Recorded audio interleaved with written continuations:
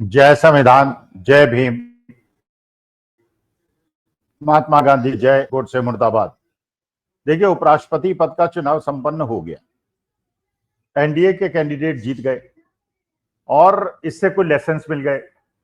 पहला लेसन तो ये मिला कि क्रॉस वोटिंग हुई, इंडिया गठबंधन के कुछ लोगों ने एनडीए गठबंधन को वोट दिया। अब ये किसने दिया ये तो गुप्त है, पता होना बहुत मुश्किल है, लेकिन अंदाजा सब लोगों का अपना अपना है। लेकिन एक अच्छी घटना भी घटी,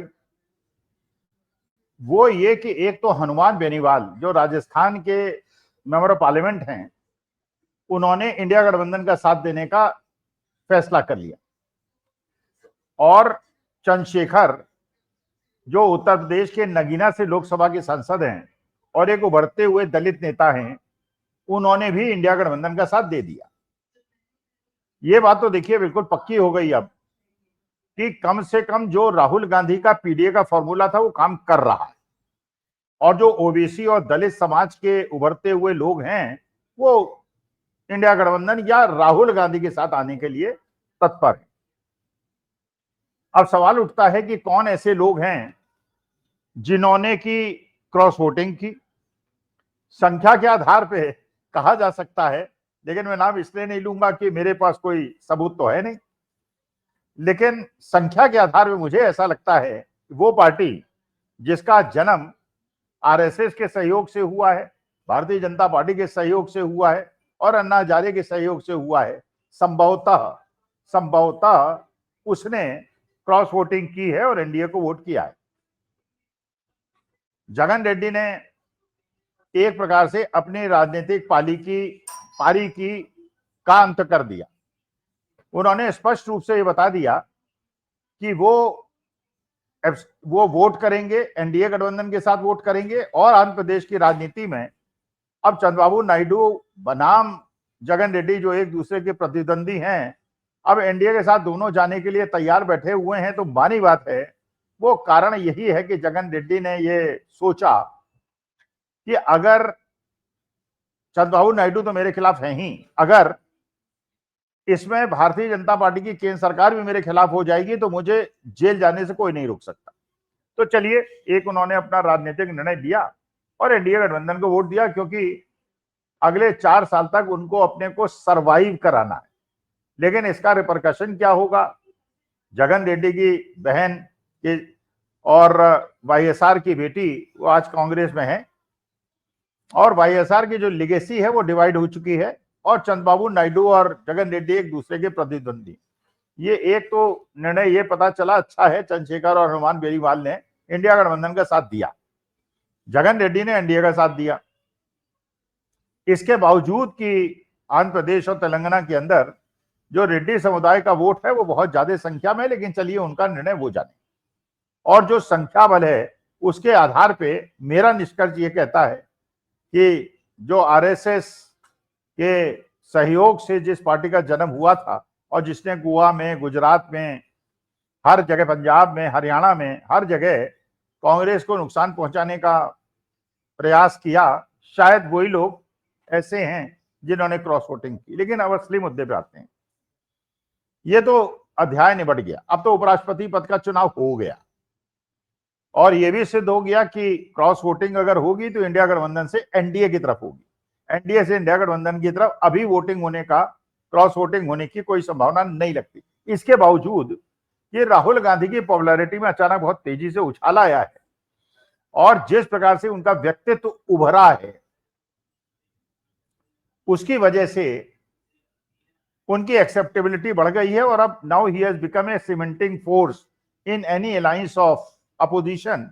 और तेजस्वी यादव से, अखिलेश यादव से जिस प्रकार के उनकी केमिस्ट्री चल रही है, ये 3 लोग मिलके उत्तर भारत के अंदर कम से कम भारतीय जनता पार्टी के लिए बहुत बड़ा एक ऐसा मंच तैयार कर सकते हैं अगले विधानसभा चुनावों में और लोकसभा के चुनाव में, अगर राहुल गांधी ऐसे ही काम करते रहे। और साउथ में आप जानते हैं, चाहे जगन रेड्डी कुछ करें, चंद्रबाबू नायडू कुछ करें, एआईडीएमके कुछ करें, लेकिन साउथ के अंदर एक ऐसी पूरी एकता स्थापित हो गई है, जब उन्हें मौका मिलेगा तो वहां के वोटर्स और वहां की जनता वो भारतीय जनता पार्टी का साथ तो देने वाली है नहीं, जितना पहले देती थी अब वो भी नहीं देगी, क्योंकि डिलिमिटेशन से और जिस प्रकार से उत्तर भारत को ज्यादा महत्व दिया जा रहा है उससे वो क्षुब्ध तो हैं। अच्छा, इसके बाद जो ये असली मुद्दा उठा, जो आज के तारीख में सबसे ज्यादा महत्वपूर्ण है, कि जो पहले पाकिस्तान में हुआ, फिर श्रीलंका में हुआ, फिर बांग्लादेश में हुआ और आज के तारीख में नेपाल में हो रहा है। करीब करीब इसमें हर में एक सिमिलैरिटी है। ये मैं प्रबंधन के एक छात्र के रूप में अपना विश्लेषण कर रहा हूं, ये मेरा विश्लेषण है और इस विश्लेषण का उत्तरदायित्व तो मेरे ऊपर है, लेकिन जरूरी नहीं मेरे विश्लेषण से आप सहमत हो। इमरान खान पाकिस्तान के प्रधानमंत्री थे और उन्होंने देश को संबोधित करते हुए कहा था कि अमेरिका हमारे पीछे पड़ा हुआ है और हमारे अंदरूनी मामलों में हस्तक्षेप कर रहा है। और कुछ ही दिनों के बाद उनका तख्ता पलट हो गया, जेल चले गए, सरकार बदल गई, सब कुछ हो गया।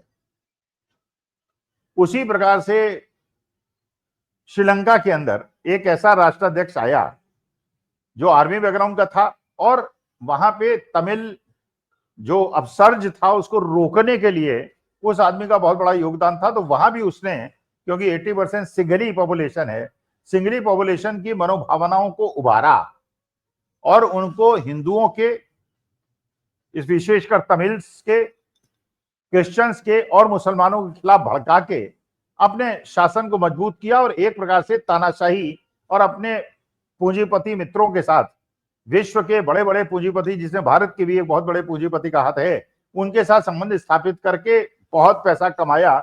और किस आवरण में वो छिपे, वो था नेशनलिज्म और रीजनल डिस्पैरिटी, रिलीजियस डिस्पैरिटी। लेकिन जब वहां की जनता ने देखा, जैसे हिटलर के जमाने में भी हुआ था, जब हिटलर आया था तो उसने ये बताया था कि किस प्रकार से यहूदी हमारा शोषण करते हैं, इनकी वजह से हमारे देश की जनता का नुकसान हो रहा है। सपने दिखाए, यहूदियों को मारा गया और उसके बाद उस शासन में बैठा। लेकिन जब उन्हीं के देश के लोगों को ये लगा कि हिटलर जो है वो वास्तविकता में अपना फायदा कर रहा है और अपनी पर्सनालिटी को डेवलप कर रहा है, वहां के लोकल रीजन के लोगों को कोई फायदा नहीं हो रहा है, तो उसके खिलाफ भी विरोध हुआ। और आज के तारीख में जर्मनी के अंदर आप हिटलर का नाम नहीं ले सकते। वही स्थिति श्रीलंका के अंदर हुई। और जब श्रीलंका के अंदर वो स्थिति हुई तो जो सिंगली पॉपुलेशन थी, जो 80% थी, जिससे वो राष्ट्राध्यक्ष आते थे, उन्होंने ही विद्रोह कर दिया। और विद्रोह के दृश्य आपने देखे, ऐसे थे कि ऐसा लगता है कि देश की जनता, किसी भी देश की जनता फॉर दैट मैटर, लोकतंत्र को बचाने के लिए और अपने डेमोक्रेटिक राइट्स के लिए और अपने लोकतांत्रिक अधिकारों की रक्षा करने के लिए कुछ भी कर सकते हैं। और ये सारी चीजें जो हुई युवाओं के द्वारा की गई।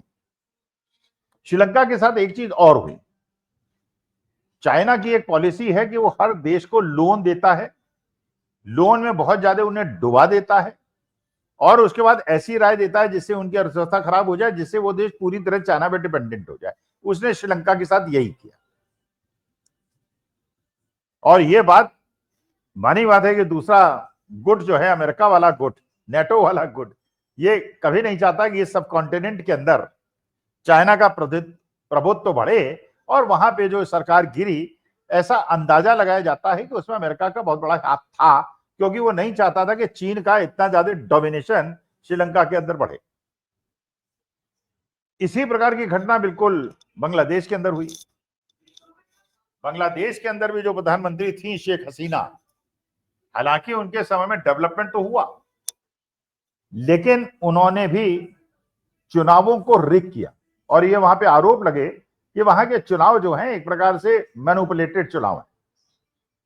संख्या बल उनके पास था, सांसद उनके पास थे, सांसदों की उनको कोई समस्या नहीं थी। जैसे आज की तारीख में भारतवर्ष के अंदर एनडीए को कोई समस्या नहीं है, भारतीय जनता पार्टी को कोई समस्या नहीं है, लेकिन वहां भी उन्होंने ये सोच के कि वो बहुत ज्यादा पॉपुलर हो गई हैं, एक प्रकार से बिना सोचे समझे निर्णय लेने शुरू कर दिए और बड़े बड़े उद्योगपतियों को आगे बढ़ाया। और भारत के उसी उद्योगपति जिसकी वजह से श्रीलंका के अंदर अपसर्ज हुआ था, उसके साथ एक ऐसा समझौता गोड्डा के अंदर पावर प्रोजेक्ट का किया, जहां से शुरुआत हुई। और उसके बाद बांग्लादेश के अंदर भी लोग, लाखों करोड़ों लोग सड़क पर उतरे और वहां भी अमेरिका, कहा जाता है कि अमेरिका ने वो तख्ता पलट कराया, और ये भारत के सब पास के देश हैं। पाकिस्तान की हम बात कर ली हमने, श्रीलंका की बात कर ली हमने, बांग्लादेश की बात कर ली। अब नेपाल के अंदर जो हो रहा है, वहां भी जो पॉलिटिशियंस थे, जो अपने को समझते थे कि देश पे शासन करना उनका अधिकार है, उन्होंने भी वही नेशनलिज्म की बात करते हुए, और ये भी जो केपी ओली साहब थे जो प्रधानमंत्री थे, ये भी चीन के बहुत नजदीक थे, और वहां पे जैसे उन्होंने ये सोच के कि बगल में चीन बैठा हुआ है और हम अमेरिका को नेग्लेक्ट कर सकते हैं, उन्होंने भी अपने लोकतांत्रिक कर्तव्यों का निर्वहन न करते हुए कुछ ऐसे फैसले लेने शुरू किए जिसका, और जब उन्हें ऐसा लगा कि वो इतने ज्यादा ताकतवर हो गए हैं, उन्होंने बच्चों को दबाना शुरू किया, लोगों की आवाज दबाना शुरू किया, क्रिटिसिज्म को दबाना शुरू हुआ, और जब उन्हें लगा कि ये नहीं दब रहा है तो उन्होंने सोशल मीडिया ही को बैन कर दिया, यूट्यूब को, एक्स को, फेसबुक को। और उसके बाद जो वहां विद्रोह पनपा, वित्त मंत्री को दौड़ाया गया, पुराने प्रधानमंत्री की पत्नी को जिंदा जलाया गया, वहां के सुप्रीम कोर्ट को जला दिया गया, वहां के संसद भवन को जला दिया गया, वहां के गोदी पत्रकार के सबसे बड़े मीडिया हाउस को जला दिया गया। तो उसमें भी ऐसा लगता है कि जो अमेरिकन लॉबी है वो नेपाल के अंदर चीन का हस्तक्षेप और उसका प्रभुत्व स्वीकार नहीं कर पाई। अभी तक ये सारे देशों के अंदर ये सारी चीजें कॉमन है, चाहे वो पाकिस्तान हो, चाहे श्रीलंका हो, चाहे बांग्लादेश हो, चाहे नेपाल हो। अब हमारे लिए जो सबसे बड़ा प्रश्न चिन्ह है, यक्ष प्रश्न है भारतीयों के लिए, कि जब हमारे पड़ोसी देश में, हर देश के अंदर ये घटना घट गई, क्या हमारे देश के अंदर भी होगी? और ये ना हो इसके लिए देश को क्या करना चाहिए, देश के प्रधानमंत्री मोदी जी को क्या करना चाहिए? देखिए, ये बात बिल्कुल सही है कि हमारे देश के अंदर कुछ विशिष्टताएं हैं, हमारे यहाँ बहुत ज्यादा कल्चरल डिफरेंसेस हैं। यही हमारी ताकत भी है, यही हमारी वीकनेस भी है। और ये भी बात बिल्कुल पक्की है कि हमारे देश के अंदर भी जो 11 साल से मोदी जी की सरकार चल रही है, उसमें भी नेशनलिज्म को आगे बढ़ाया गया है, और यह बताया गया लोगों को कि हम उदारवाद की तरफ बढ़ रहे हैं और हम वामपंथ से घड़ा करते हैं। लेकिन जिस प्रकार से अमेरिका को हैंडल किया गया, और डोनाल्ड ट्रंप जिनकी कन्विंसिंग कराई गई थी और जिनको राष्ट्रपति बनाने के लिए हवन किया गया था, आज के तारीख में गोदी मीडिया उन्हें गाली देने पे कोई कसर नहीं छोड़ रहा है। तो हम उसी परिस्थिति में चलते चले जा रहे हैं जिसमें श्रीलंका, बांग्लादेश, नेपाल और पाकिस्तान गए थे। चीन की नजदीकी नुकसानदायक हो सकती है, और जैसे एम.के. स्टालिन ने, तमिलनाडु के चीफ मिनिस्टर ने कहा कि we should have handled the issue with America carefully, लेकिन गलती हमने ये कर दी कि मोदी जी जाके एससीओ के मीटिंग के अंदर चीन में चले गए और उन्होंने इसी फोटोग्राफ की उसको दिखाने का प्रयास किया जैसे वो अमेरिका को और यूरोपियन लॉबी को चिढ़ा रहे हैं। अमेरिका ने जो 50% का टैरिफ वो तो लगाया ही लगाया, उसने यूरोप से भी अपील कर दी कि आप हिंदुस्तान में 100% का टैरिफ लगा दी, क्योंकि उसको ये बात स्वीकार नहीं, वो चाहता है कि रूस यूक्रेन से युद्ध रोक दे। रूस उसको रोकने के लिए तैयार नहीं है, और रूस आज जो युद्ध कर पा रहा है उसकी बहुत बड़ी शक्ति चीन और इंडिया द्वारा उसके तेल को खरीदा जाना है।